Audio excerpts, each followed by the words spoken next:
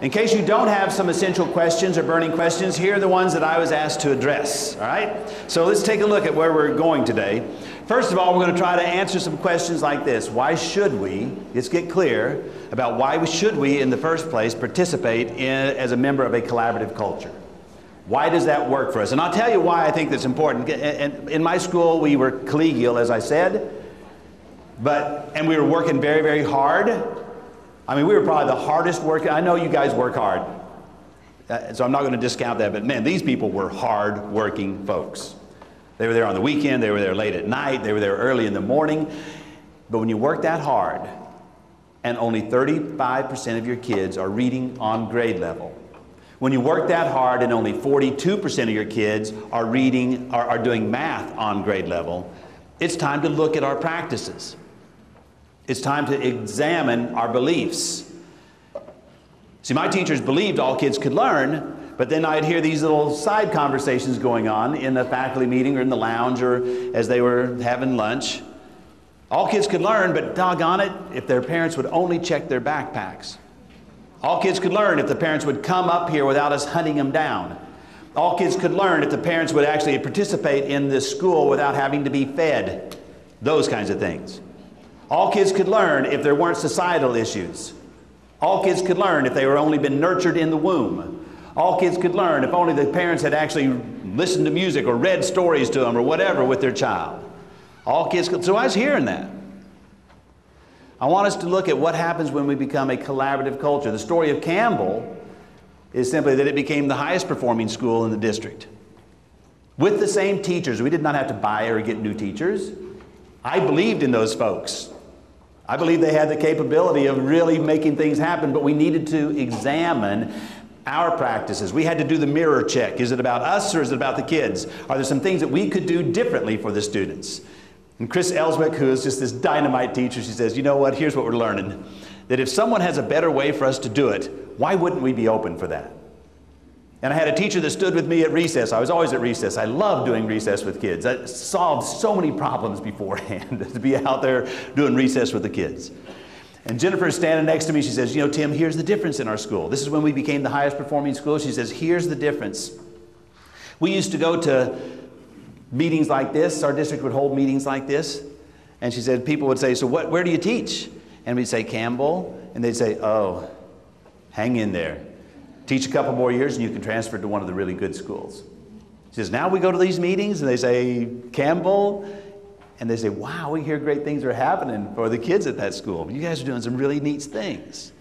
We began to tell a different story about our school. And the story that we told to the kids. And we told to the parents. And we told to the community because, doggone it, people need to know we work hard around the right things.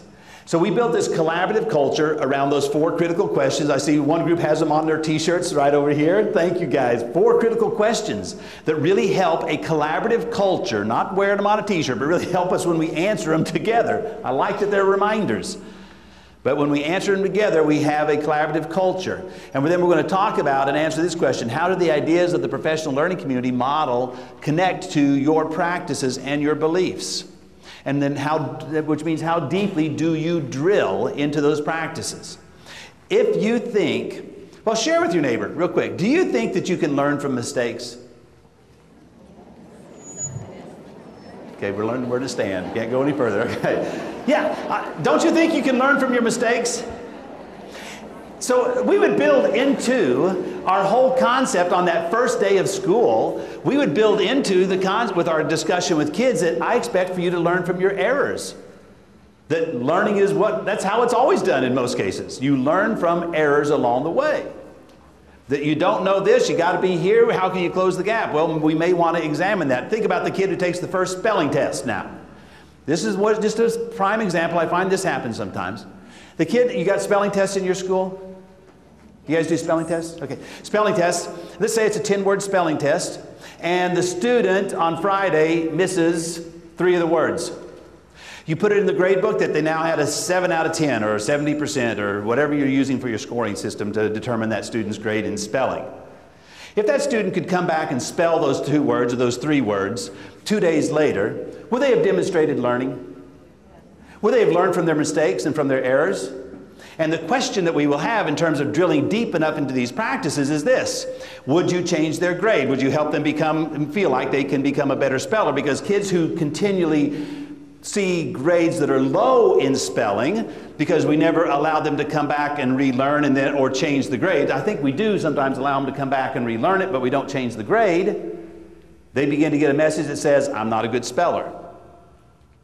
Kids who do poorly in math and never get a chance to reconnect to that math, to demonstrate that now I've learned from my mistakes, that would be embracing this whole notion that we learn from our mistakes. And sometimes it would be reflective in our practices that you change that. So on the first day of school, you get a chance to tell kids, and when you make a mistake, you'll get a chance to reconnect to that, to practice that skill. And I know we have grades in our school, so you know what I'm going to do? I'm going to change that grade for you. We'll take a look at how deeply you're willing to drill into our daily practices to determine whether or not we support learning on a continuum and support the idea that I can learn from my mistakes and recognize that in your grading practices. We'll continue to drill into those. Finally, we're going to look at some strategies that teams have used to help with these 4 critical questions. And throughout the day, you're going to be constantly asking yourself, so where are we now and where do we want to go? We have built this into not a sit and get. You're going to be asked to be energized with your colleagues. You're going to be asked to follow my norms. I know all of you have some norms in your school because if you're in the academy, we insisted that they have norms in their school, okay? Here are my norms, all right? I got this, I had some really great supervisors along the way, you know, I really did. I had a guy, Dr. Sawyer, and he said, read this book. The book was called Fish. Anybody read Fish? Okay, a couple of Fish. It's about the Pike Place Fish Market. It's a parable about a business, but I tell you, it applies to me all the time. It said there should be 4 principles in the workplace. 4 principles. And there really are these. Play. Make sure it's an enjoyable atmosphere, an enjoyable culture. Choose your attitude. You have the opportunity to choose your attitude every single time, every single moment.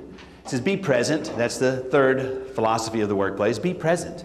And the 4th one is be sure to make someone's day. So I put that into this concept. Today, my norm that I hope you'll accept is that we're going to make the choice to approach learning with a positive attitude. All right? You asked your kids to have a positive attitude all the time, right? So I'm going to ask you to do that too with the people around you, with me, with the whole room, and volunteer to give us some answers when we ask for some answers. Be positive in that approach. I'm going to ask you to be very present. Okay, it's right here. We can't move any further. Okay, I want to ask you to be very present with the people that are around your table. When you get a chance to visit with others around the room to share some ideas, please take advantage of that as well.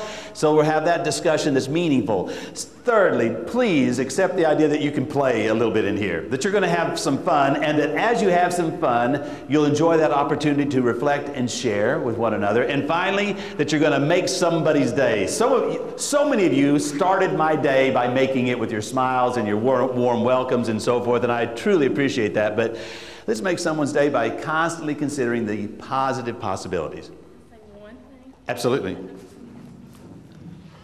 We didn't have an opportunity today to talk about norms, but I know that all of you have set norms in your schools, and one of them that we really need you to abide by today is please put your cell phones on silent, and if you would be mindful of not texting while you're sitting here in the session. It would help you in your learning experience. Thank you. Thank you, Vicki. I appreciate it. Yeah. To me, that's an automatic be present with your colleagues. You cannot multitask. Matter of fact, it's impossible. Brain research tells you cannot really multitask. You can compartmentalize and you can shift from one task to the other task, but it is impossible for you to text and listen and be present with your colleagues all at the same time. It is impossible for you to be thinking about something else or reading a book or reading something and actually be present with your colleagues. So your kids can't multitask, we can't multitask. Let's just accept that. It's compartmentalizing, and that means you're not as present as you possibly could be with your colleagues. All right. So, and yeah, thank you for the reminder about the cell phones. I appreciate that. That helps make my day too, and we don't have cell phones going off. It makes the day of other people around you. Now, here's what I'm going to ask you to do, okay? I'm going to ask you to think for just a second. I want us to take a positive approach. I want you to be present with your colleagues. I want you to think about a kid last year that you had, and because of you, their life got changed. Just one kid, that great challenging kid in your classroom that you did some magic with. I mean, don't you work magic every day? I know teaching is an art. I know it's a science, but sometimes I think it's just magic in what you guys do. So take a moment, think of a kid, put them in your head, put them in your head.